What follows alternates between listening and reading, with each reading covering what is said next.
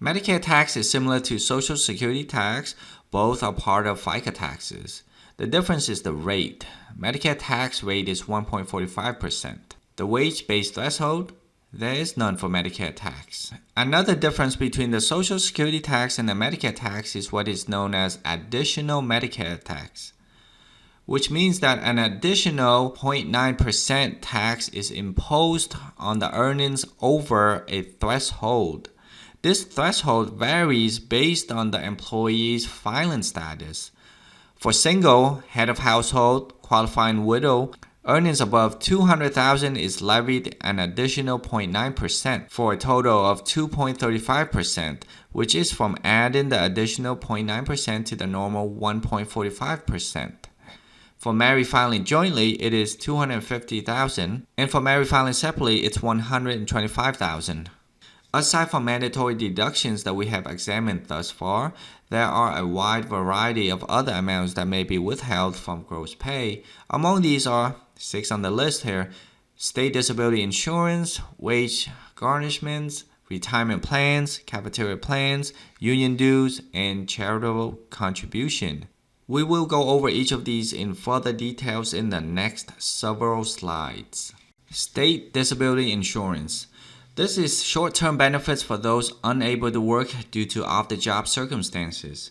Certain states require disability insurance, for example, California, Hawaii, New Jersey, New York, and Rhode Island, as well as the Commonwealth of Puerto Rico. Depending on each state's regulations, employees may be required to contribute towards the insurance coverage through payroll withholding. Wage garnishments. This is a withholding of a portion of the employee's earnings done in compliance with a court order or other legal proceeding. What are common reasons for wage garnishments? Child support, alimony payments, bankruptcy, tax payments, student loans, and so forth. Which ones would have priority? Well, typically it's first come, first serve, and priority is also given based on sensitivity. For example, child support payments will be satisfied before other type of garnishments. Wage garnishments is limited. That means a portion of the wage earned by the employee is garnished, and this portion is 25% of disposable earnings, limited to the amount of disposable earnings exceeding 30 times the federal minimum wage. Do you need to know this formula? Not really. It's only here for your reference to have an idea of what the limitation is.